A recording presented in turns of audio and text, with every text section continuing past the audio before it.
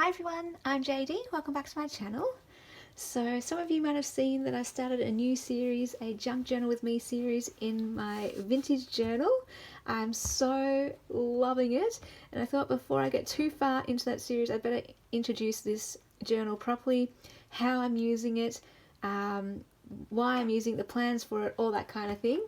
And how it's going to look and how it's going to work and how you can be part of it too. So I made this journal a while ago now and kept it for me because I love the cover. So pretty, this beautiful vintage fabric, and I love the dangles and charms and all different things that mean something to me. And I intended to make this for my 2020 yearly journal, but it was just too special, too vintage and too pretty, so I thought no, and I ended up using my Hobonichi Techo as my 2020 journal. But I'm loving that journal too. I really have a lot of fun using that. But I just found lately that I really want to start working in a junk journal again. So I pulled this one out, and the way I've been using it is for special pieces, whatever that means for me. Either vintage or pretty things or things from my own life or anything just that sparks a bit of joy or interest or delight for me. And so yeah, I'll give you a kind of a look at what I've done so far, but what I will do, I want to come back and show you, do a video for each page spread so it gets its own light, and because every page has a message, every page has a story and something that means something to me, and I hope it's encouraging for you guys as well. So I really want to take the time one by one, go through each page per video, and that way, yeah, I can give it the full the full time it takes to tell the story and everything, rather than try and put them all into this one video. I'll just keep this an intro video. So yeah, the way I'm using it essentially though is not only just for putting in my favourite things and pretty things and to stop hoarding, but also to tell a story on the page. And what that looks like is every element on the page has a reason for being there and works towards the theme, the story, the meaning. And that way it works together as a whole, but also every element speaks to me in some way, and just I love that. It's all about embracing my own nature and the things that I like and the things that give me delight, and putting that together in a journal, in the things I put on the page, but also the style I'm journaling, the way I'm journaling. For example, another thing I'm doing is I'm just going from start to finish in this journal. I love the random look, and I have done random in the past, but it just hasn't quite resonated with me personally. So I think I'm just going to embrace my nature. I'm very structured, I'm a very methodical, organised person. So I'm trying this start to finish method, just seeing if it's something that resonates with me more. And I can tell you already it really does. And you'd think it'd be quite limiting because you just have to work with whatever page is next instead of being able to pick and choose which page. But actually what I found is that being limited by what's already on the page is a help, not a hindrance, because it actually forces you to be more creative, to think differently, step out of the box and do things that you wouldn't normally do. And I end up loving the end result because it forces me to just do something a bit fancier than I would normally do, like just my comfort zone, just, oh yeah, it's a blank page, I can do this, this or this, or I'm choosing this page specifically for this, and this works together.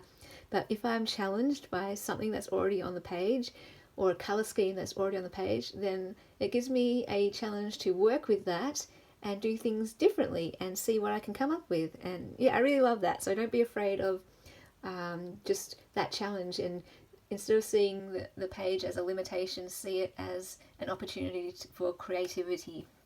And then, yeah, so I'll just do like a little bit of a quick flip through of what I've done so far, and I have created a playlist for this journal. So some of these are Junk Journal with Me videos where you get to see my process. Others, like this one, there's no process video, so what I'll do is I'll do a separate video just explaining the story. But the other thing also is I'm doing lives now where people can join me while I make a page or do a page spread, and they are helping me, you know, choose placement, you know, what to put in here, and they helped me to stick this here and helped me to decide on adding this bit of ribbon there and trimming this down. So that's quite fun, and as a way for you guys to feel like you're involved and participating in this, and it's not just watching. You get to be like, oh, I had a hand in that page. So it's been really, really fun, and I get to credit you guys. So Miffy has the credit for this page especially, and Pamela has the credit for this page, helping me do this one together, put it together, and also she came up with this quote that I put in there. So if you're around, if you're free during a live when I'm on, there's no set times, it's just when I feel like it though. But if you're there, if you're around, feel free to get involved, and there's no guarantee I'll ever do what everyone suggests, but it just helps me to figure out why I would go with that or wouldn't, and helps me think out my thought process. And yeah, it's very, very helpful because this is kind of out of my comfort zone, doing all of this embellishing and stuff.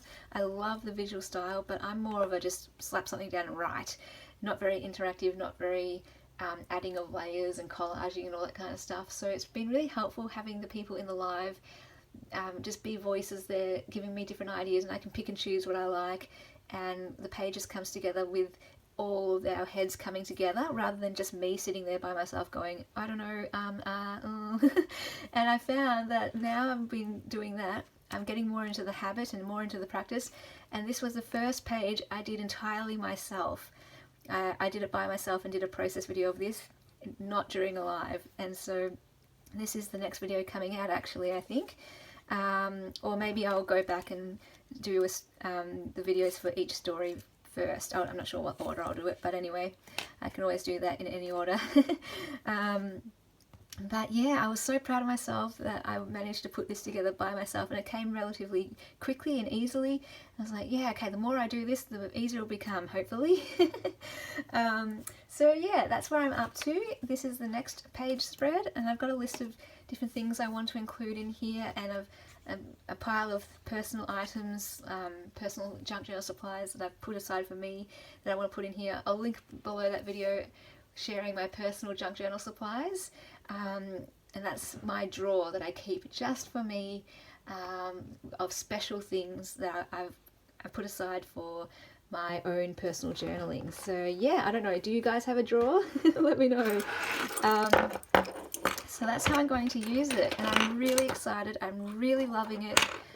These pages, this journal, and these videos, this series is just one of the things that's really sparking me at the moment, giving me a lot of joy and delight, and I hope it's giving you lots of delight too at home, and inspiration for using your own journals, and ways you can make it more meaningful for you, and hopefully we can all together use those things we've been hoarding and celebrate them on the page, and simply just use our journals and share our stories on the pages. Alright guys, thank you so much for watching. I'll link below the playlist too, and hope you love it, and I'll see you guys in the next video. Bye!